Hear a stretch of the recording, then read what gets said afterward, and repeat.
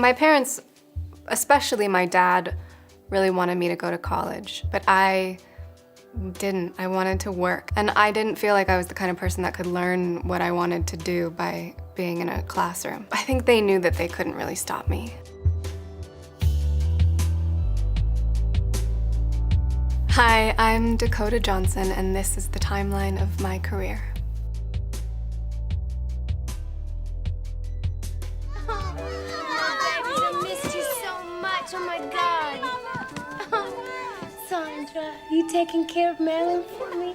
Yeah, Mama, I have. Crazy in Alabama. I was 9, and my stepfather directed the movie, and my mom starred in it, and I played her daughter, and I still remember all my lines. Because I only had like 2 or 3 of them, but I took it very seriously and like demanded that I have time with the vocal coach. That was really fun. Except my little sister also was, played my mom's youngest daughter, and she was a baby. She was like 1.5 maybe. And every time Antonio, my stepfather, her dad, yelled action, she'd just burst into tears and would be sobbing the entire take. He'd yell cut, come over and be like, Stella, and she'd be fine and happy. And I think she thought it was really scary when he yelled action. And I was the one holding her the whole time, like running down the street, holding this crying baby. You don't know my name, do you? Is it Stanford? I should just kick your ass. I think it was like 1 or 2 callbacks, and then I read with Aaron Sorkin for the 2nd or 3rd one. He said, just say what I wrote. Don't add any exclamations or any punctuation. Don't add the word And I was like, okay, yes. And he read with me the fastest I've ever read a scene. And we did it a bunch of times. How do you go to a party and you meet Amelia somebody? Ritter, but you prefer Amy. You're from Orinda. Your father's in commercial real estate, and your mother's 10 years sober. What's my major? Trombone. Really? It was really interesting because that was my first job as an adult. I think I had just maybe turned 19, and I thought I'd go to set and like have my hair and makeup done and stuff, and I got there and it was like 6 o'clock in the morning, and they were like, yeah, great, you look good. And I was just like, no, what? But he wanted me to look like me and not like a done-up teenager. That day, Terrence Malick came to visit David Fincher on set. Like, already beyond nervous about working with David. It was just having like 2 of your heroes watch you work for the first time ever, really, in your adulthood. So it was a lot. It's really awesome, except it's freakishly addictive. Seriously, Kate, you haven't slept with anyone since Maddie was born. It's like 7, 8, 7, She's 5. She's only 5. They had cast somebody else. They had the entire cast, and she, I guess, fell out at the last minute. My agent called me in the morning and was like, can you be at Fox in 45 minutes? So I went in and I met with all these people at this like conference table. It was so crazy. And they told me about the show that they were gonna basically start making like in an hour. So I chose to go work on it.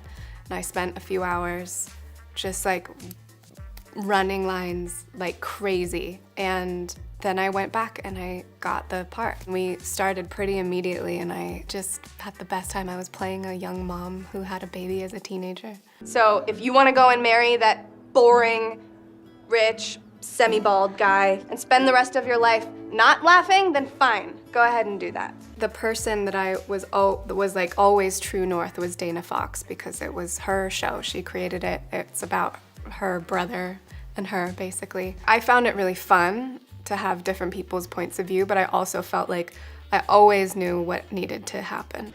Our wedding was an hour ago, and this is my husband. It's amazing, best day of my life. Exactly. Hi, I'm Dakota. Jeff Bamundo. I sell ceramic tile out of Newark. Nice. My wife's name is Catherine. I can show you my social security card if it helps.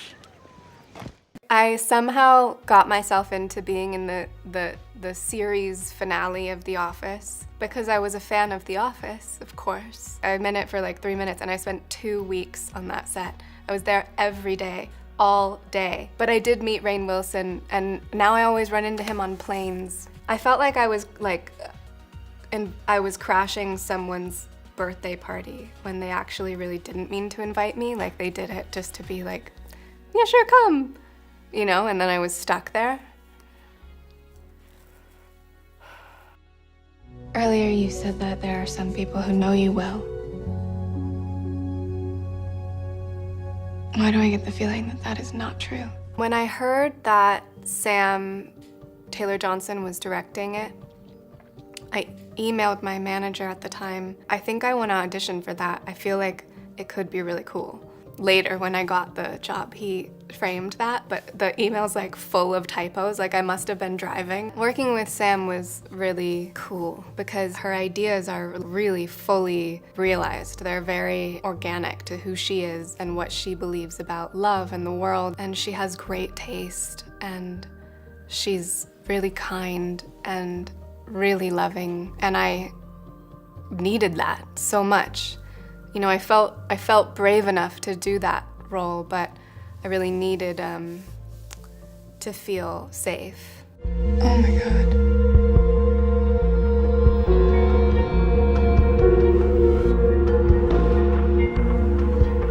Well, we did a lot of research, just learning about the sort of power dynamics between a submissive and a dominant. It's very, very psychological, and I found it to be amazing to learn about what kind of relief and release some people need and how everybody is different and everything is okay as long as you're not hurting somebody else without their consent.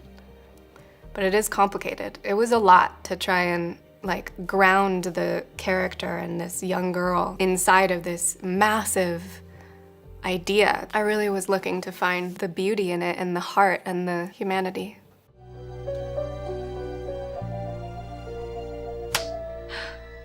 And then his behavior started changing and he became really angry, Jimmy.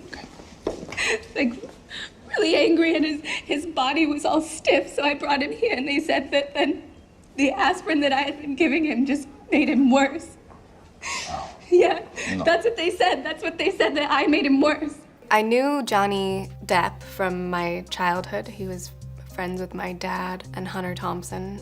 My dad and Hunter were very, very close. I was there for a few weeks and it was a really lovely, fun time. It was like being on a set with someone who's revered is a very different kind of set to be on. And it felt so magical and respectful. It was a real like honor and treat to work alongside someone who is he's so gifted. And Scott as well. I really loved Crazy Heart. He's never gonna be a little boy again, ever. Don't. He's brain dead. Don't say that. He's on life support. He can't move, and I don't want him like that. I'll pull the plug myself. I will. What did you say? It was a heavy, heavy experience, and so we were shooting this scene and they did my coverage first. We did it a lot. And I think after a while you start to like numb out, you kind of dry out. You know, certain preparations that you do or an actor does to get to a place of emotional, like heightened emotions. It's almost like you hold yourself at a place, or I do, I hold myself and then it's a release and then you know that that's done and we've got that. So then we moved on to Johnny's coverage and I was on the other side of the camera just like shaking and weeping. And we broke for lunch and I was like, wow, that was such a crazy experience, and just to do that scene with somebody like that was just hardcore. And then they knocked on my door and they said, your coverage is out of focus and we have to go back and reshoot. And this is like 9 hours later. And that is like one of the most devastating times that I've ever had on a movie set. Because it wasn't the same when we went back. You of all people in the whole fucking world cannot say that to me. Who the fuck are you? You motherfucker. Go fuck yourself. There are two things that dance can never be again: beautiful and cheerful. Today, we need to break the nose of every beautiful thing. I was making a bigger splash with Luca Guadagnino, the director, and Tilda Swinton. Like little mischievous children came over to me and they were like, do you know Suspiria? Or Luca said that, like not Tilda. They were gonna make it, and they wanted me to make it with them. So I got really into German expressionist dance from the 30s and 40s, and just studying how brutal it was and how aggressive and the total opposite of ballet. Ballet, you're kind of going against gravity, and this dance, you're going with it, and it's very sort of brutal. We shot on top of this mountain. It was just one winding road up to this abandoned hotel on top of a mountain that on the top of the hotel had like hundreds of telephone wires, of like telephone poles. Everyone in the whole place was like just like riddled with static, and everyone would go around shocking each other, and like my hair standing up on end, and it was the weirdest experience. And I was doing like dream work to prep for the movie. I was having crazy dreams and really weird experiences with people, and very bizarre, just bizarre witchy witchcraft. It was pretty cool.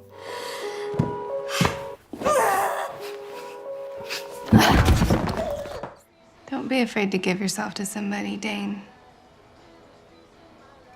Promise me. It's not fair that I'm the only woman who knows how special you are. So I met with Gabriella Cowperthwaite. She made this really great documentary called Blackfish. And I just thought it would be so cool to make a family drama with a person who's a documentary filmmaker, because those people usually see things differently. And I was right, because we would be on set and she would roll camera when we were just talking or when the girls were playing, because she knew what really is natural, what really is real. I think when I met with her, Jason Segel was attached to the movie, and I had made a movie with him. I made the 5-year engagement with him, and I love him so much. I love him like just so much. And so we were really excited to work together again. We made it in this town in Alabama called Fairhope, which is where the family came from and where this woman, Nicole Teague, was from. And it was this really, really small town. So everybody there knew her. I visited her grave, I met her children. Everybody there was so supportive, and they really loved her, and so loved that we were telling this story. It was also like at the bottom line about love and friendship, and I really like that. I really like movies that are really truly in their heart benevolent and kind. After sewing thoughtfully for a minute, Jo said, I think she's grown. And so I'm happy. I'm happy with Elena, with everything. I met my husband so young, and he's fucking crazy about me and her. The Lost Daughter I read, and then I sort of pursued Maggie. We kind of just had like immediately went really real and really deep. I really like it when that happens. It feels kind of radical to me, especially in this industry where so many meetings and conversations are the most bullshit. The most bullshit. So we were just like, what's the truth, and let's talk about it. And she called me and said that I had the part, and I cried a lot. I cried a lot because I really, really wanted it. There was something about that script that made me feel differently about what movies could be made and how they could be made and how they could be written. Making it with her was like a profoundly wild experience. Not wild as in like the set was crazy or, you know, unmanageable. It was like internally, I was on fire. We're gonna go and find Nenny tomorrow when it's not raining, right, honey? And then today we're gonna get a doll for a big girl. Your mommy's a big girl. You're my big girl. I think because Maggie's a woman, but she's also an actress, so she knows what it feels like to be a woman in front of a camera, being vulnerable. And I've never felt as seen and protected and free as I did.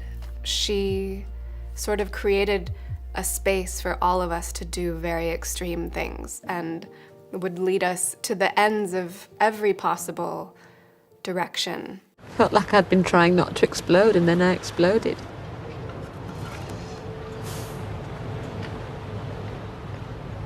doesn't sound amazing. Meet my sisters-in-law, Henrietta and Louisa Musgrove. They are beautiful in every way. This amazing woman, Carrie Cracknell, came on to direct, and she had done loads of theater, and so this was her first feature film. I started training, like dialect training, a few months before we started. That was the biggest thing for me, was like making sure that I was at least okay at, speaking in an English accent. If I was dragged for that, I would jump off of the planet. I still think it could be better, but that's how I am about everything. You must promise to spend every waking second with us, no excuses. When you aren't attending to your sister, of course. How are you feeling, Mary? You haven't even asked me how I'm feeling. I just did. I'm so close to death, I can feel my organs decomposing. We did a lot of rehearsal, which I'm not used to. Like rehearsal, real rehearsal. And I was really into it. It felt great. I really like working with different directors and learning how different people work and how different actors work. It's really fun for me. The script was written in a way, sort of like Fleabag, where the main character breaks the fourth wall and speaks to the audience. So that was fun. That was like a very, very interesting, I'd never worked with that dynamic on a set with a camera before. It made me feel a little bit more connected, knowing that it was okay to include the camera. It was really weird. It was everything you're taught not to do. We really wanted to show that this sort of struggle can be relatable today, can still be going on in some places. And this kind of woman still exists. And also, it's really nice to have these sort of escapist movies, these stories. That's why I love movies, is so you can disappear into another world, into other people's experiences and lose yourself in them.